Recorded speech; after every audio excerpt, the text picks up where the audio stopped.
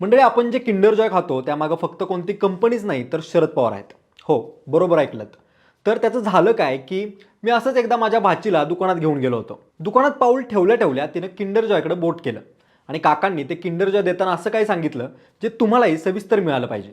ते दुकानदार काका म्हणाले, की फक्त किंडर जॉय नाही तर एक किंडर जॉय आपल्याला खायला मिळण्यामागं शरद पवार आहेत आणि या किंडर जॉयची एक स्टोरी आहे. आता शरद पवारांनी नेमकं काय केलं की आपण किंडर जॉय खाऊ शकतो? किंडर जॉयची नेमकी काय स्टोरी आहे? असे अनेक प्रश्न मलाही पडले होते आणि याच प्रश्नांची उत्तरं मी काकांना विचारली. तेव्हा मला सगळी स्टोरी कळाली. ही स्टोरी तुम्हाला ऐकायची आहे का? तर याचीच माहिती सांगणारा हा व्हिडिओ. नमस्कार, मी अक्षय आणि तुम्हाला तर माहिती आहे आपला विषयच भारी. मंडळी, किंडर जॉय कंपनीची स्थापना इटलीमध्ये झाली. ज्या कंपनीचं नाव फेरेरो रोशर कंपनी असं आहे. या कंपनीची स्थापना 1946 मध्ये पिएत्रो फेरेरो यांनी केली. Ferrero Rocher, Nutella, Kinder Joy आणि टिकटॅक ही त्यांची जगप्रसिद्ध उत्पादने आहेत.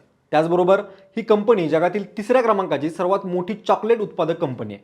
2004 साली फेरेरोनं भारतात प्रवेश केला. त्यावेळी शरद पवारांनी पुढाकार घेऊन महाराष्ट्र शासनाकडून फेरेरोच्या बारामती प्रकल्पाला मेगा प्रोजेक्टचा दर्जा मिळवून दिला.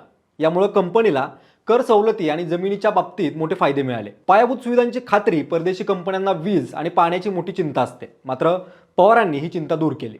पवारांनी बारामती MIDC मध्ये आंतरराष्ट्रीय दर्जाच्या सोयी सुविधा उपलब्ध करून दिल्या. जेव्हा फेरेरो कंपनी आशियात आपला हब बनवण्यासाठी जागा शोधत होती तेव्हा शरद पवारांनी स्वतः इटालियन दूतावास आणि कंपनीच्या वरिष्ठ अधिकाऱ्यांशी चर्चा केली. त्यांनी फेरेरो कंपनीला विश्वास दिला की बारामती हे त्यांच्या उद्योगासाठी सुरक्षित आणि प्रगत ठिकाण असेल. यानंतर 2011 मध्ये कारखान्याचं उद्घाटन झालं. बारामतीमध्ये 55 एकरवर पसरलेला हा भव्य कारखाना 2011 मध्ये सुरू झाला.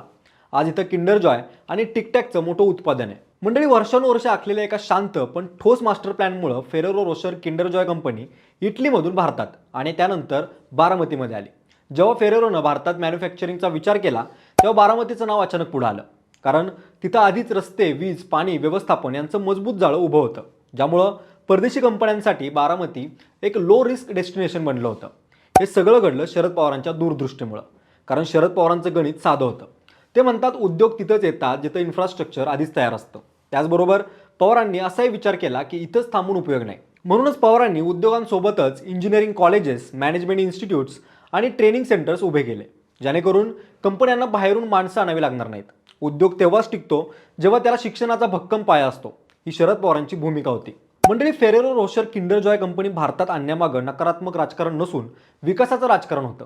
उद्योगांना मुंबई पुण्याबाहेर नेऊन ग्रामीण भागात रोजगार निर्माण करणं हे पवारांचं मुख्य धोरण होतं. यामुळे बारामतीमधील हजारो तरुणांना प्रत्यक्ष आणि अप्रत्यक्ष रोजगार मिळाला. शेतकऱ्यांना फायदा झाला, कारण चॉकलेट उद्योगाला दूध आणि साखर लागते. त्यामुळे ही उत्पादनं स्थानिक सहकारी संस्थांकडून घेऊन साखळी निर्माण करण्याचा त्यांचा प्रयत्न होता. एका जागतिक कंपनीचा मोठा कारखाना बारामतीत आल्यामुळे इतर परदेशी कंपन्यांनाही तिथे येण्यासाठी प्रोत्साहन मिळालं, ज्यामुळे बारामतीची प्रतिमा एक इंडस्ट्रीयल हब म्हणून तयार झाली. पवारांच्या आग्रहामुळे फेरेरो कंपनीनं बारामती परिसरात अनेक अंगणवाड्या बांधल्या आणि शिक्षणासाठी मदत केली, ज्यामुळं स्थानिक लोकांचाही त्यांना पाठिंबा मिळाला. त्याचबरोबर बारामतीसारख्या ठिकाणी उत्पादन सुरू केल्यामुळं फेरेरोचा लॉजिस्टिक खर्च कमी झाला, आयात शुल्क वाचलं आणि किंडर जॉय हळूहळू सर्वसामान्यांच्या आवाक्यात आलं. यासोबतच कंपनीनं वितरण साखळी मजबूत केली. लहान किराणा दुकानं, शाळेजवळची टपरी, मॉल्स, मेडिकल स्टोअर्स सगळीकडे किंडर जॉय दिसू लागलं. थोडक्यात काय, तर योग्य राजकीय पाठबळ, मजबूत इन्फ्रास्ट्रक्चर आणि अचूक मार्केट समज या तिन्ही गोष्टींमुळे किंडर जॉय भारतात एक यशस्वी बिझनेस मॉडेल ठरलं. मंडळी, शरद पवारांनी बारामतीला केवळ शेतीवर अवलंबून न ठेवता तिथं कृषी आधारित उद्योग आणण्याचं विजन ठेवलं होतं. त्यामागील प्रमुख टप्पे म्हणजे मेगा प्रोजेक्ट स्टेटस आणि या कारणामुळे देखील बारामती चर्चेत आहे. त्याबरोबरच केवळ बारामतीचाच नाही तर शरद पवारांनी अनेक उद्योगांच्या माध्यमातून महाराष्ट्राचाही विकास केलाय. शरद पवार मुख्यमंत्री असताना आणि केंद्रात मंत्री असताना त्यांनी औद्योगिक गुंतवणुकीसाठी पोषक वातावरण तयार केलं. MIDCच्या माध्यमातून औद्योगिक वसाहती वाढवल्या. पुणे, पिंपरी, नाशिक, छत्रपती संभाजीनगर, सोलापूर यांसारखे भाग उद्योग नगरी म्हणून विकसित केले. बाकी मंडळी, शरद पवारांनी अजून कोणते उद्योग आणले जे तुम्हाला माहिती आहेत आणि पवारांमुळे आपण किंडर जॉय खाऊ शकतो का, ही गोष्ट तुम्हाला माहिती होती का, हे कमेंटमध्ये नक्की सांगा आणि सोबतच आपल्या विशेष भारीच्या YouTube चॅनलला सबस्क्राईब करायला विसरू नका. धन्यवाद.